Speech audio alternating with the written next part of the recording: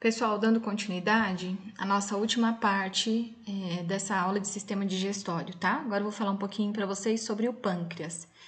Ele é um órgão que com cerca de 15 a 20 centímetros de comprimento e 2 centímetros de largura, ou seja, ele é bem fininho, né? Ele, conforme a estimulação do hormônio secretina e pancreosina, que vem essa estimulação lá do intestino delgado, o pâncreas ele acaba liberando o suco pancreático, que ele é rico em enzimas.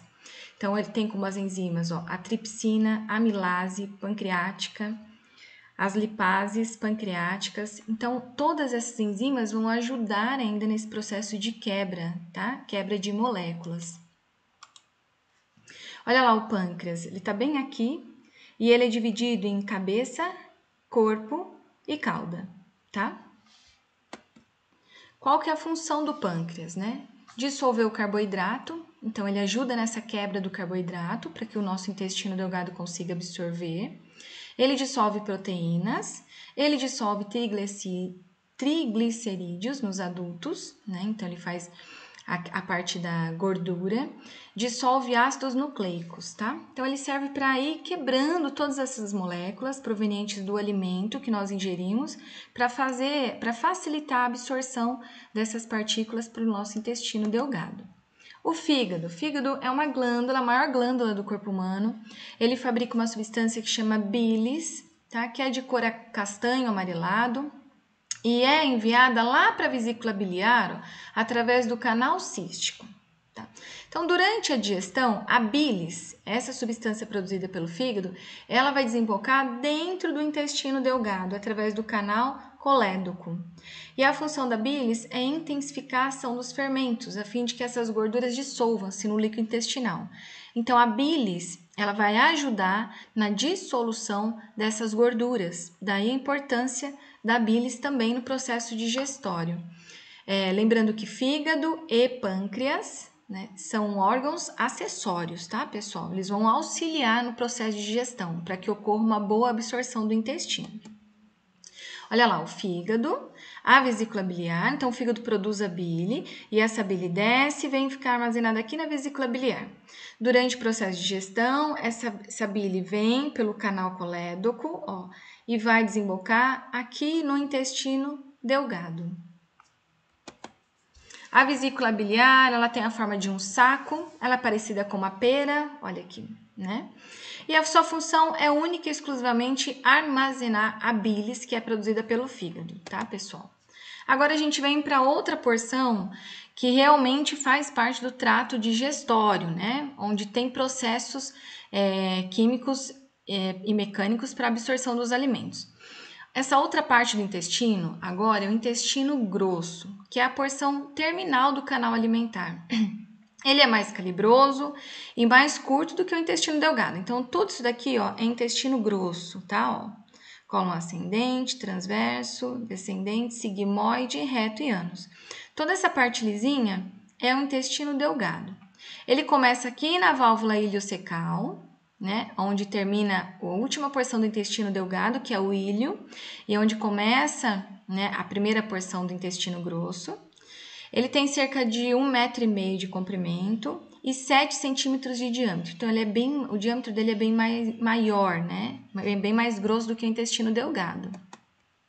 A função dele, reabsorção de água principalmente, pessoal. Então, quando a gente apresenta uma diarreia, por exemplo, o intestino grosso não está reabsorvendo a água, tá? Daí a importância dele também. Enquanto o intestino delgado foca mais na absorção dos nutrientes, o grosso, ele vai focar na absorção da água. Importantíssima função para que a gente não fique desidratado. Tá? Ele faz a destruição de todos os componentes indigeríveis do alimento. Então, através de ação de bactérias que nós temos no nosso intestino, bactérias que nos auxiliam no processo de digestão, ele faz essa destruição e é nele que se formam as fezes, tá? E ele é dividido em seco, contém o apêndice vermiforme, o cólon, que vai se dividir em cólon ascendente, transverso, descendente e sigmoide, e o reto, né, de 15 a 20 centímetros, que termina no ânus. Então, vamos ver lá, O seco, aqui é o apêndice, tá? vermiforme, que é onde geralmente dá em processos inflamatórios, a pessoa tem que operar. Esse apêndice parece uma virgulinha. Aqui então vem o seco, aí vem o cólon ascendente, o cólon transverso, o cólon descendente, cólon sigmoide, reto e ânus. Essa é a divisão do nosso intestino grosso. O peritônio, pessoal, os órgãos do nosso abdômen, eles são revestidos por uma membrana.